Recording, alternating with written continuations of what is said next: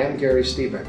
I work with Imagine, and I've known Griggs Wilson since 1983 when he came from Wheat Ridge Institution to Imagine. Griggs had a difficult time getting through a day without demonstrating some sort of intrusive behavior to others or property. I bet he wasn't in the program 2 months before we set it up. People were getting hurt, property was getting destroyed, and we were tired. And that's when we took it to the board. I remember taking it to John Taylor, and he took it to the board of directors. Griggs had 1 month to cut his intrusive behaviors in half. His intrusive behaviors included the destruction of property, hurting other people, and hurting himself.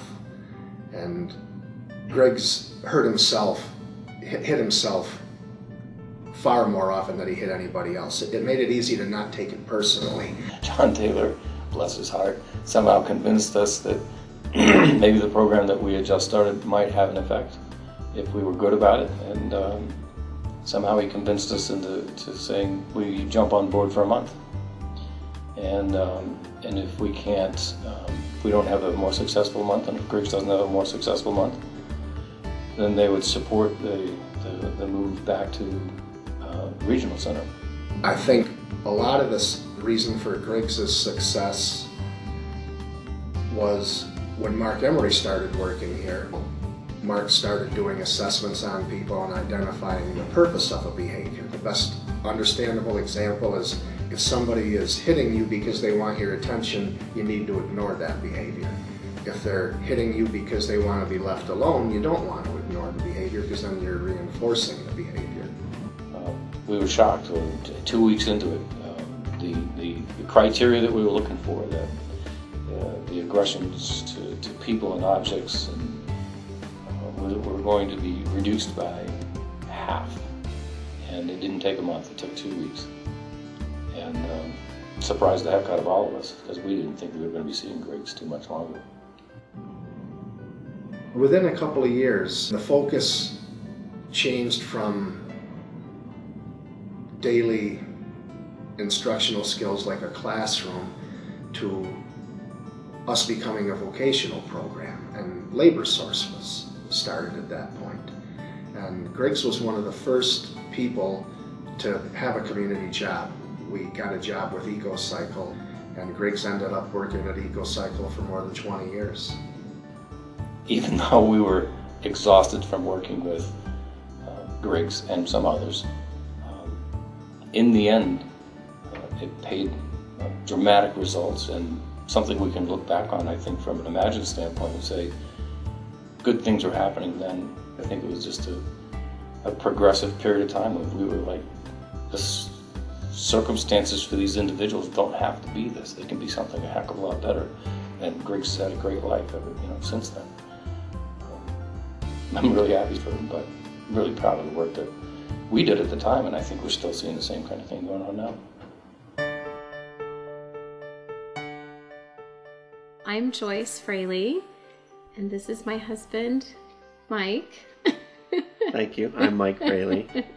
And we have a 3.5-year-old son, Jack, who has received services in the past from Dayspring through the Imagine program for, I think, about 2.5 years. By the time we basically found Imagine, I know personally I was feeling overwhelmed with all of the things that it felt like we had to try to get over, and so it was really great to basically have all this experience, a wealth of experience to help us kind of figure out what things needed to be addressed first and what our resources were. My first impressions of Jack were of an adorable little boy who had very low muscle tone and was really struggling to get moving. He was very much struggling with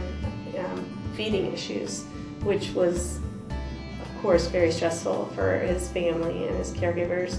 Jack was being fed by a bottle, but because he wasn't able to breastfeed, but he was on the lowest level, if you will, like a preemie level, because he'd had a lot of issues with choking and gagging.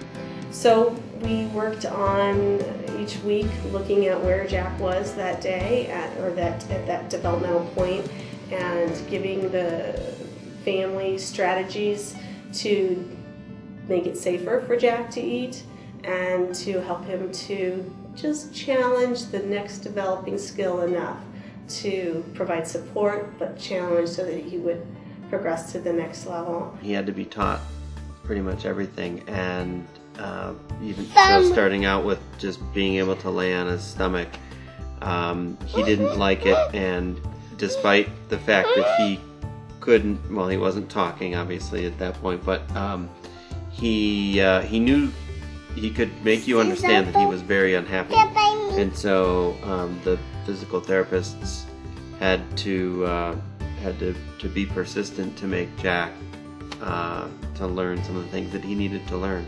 We were making things a little hard for him. We were trying to do the just right challenge for Jack to make him grow, make him develop, make him meet his developmental milestones. And it didn't take too long, though, before Jack, would be waving high when he'd see you come in and be really excited. And I think by the end, he was loving therapy.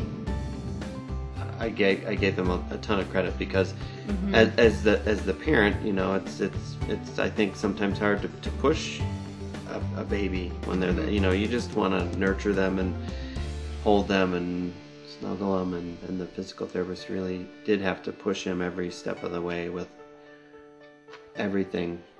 I've thought a lot about how do we say thank you to people that have truly changed our lives. And I don't mean that in a cliche type of way. I mean that in the most heartfelt, honest, profound way, that I don't really know how we can ever thank these people other than, by what we say and what we do.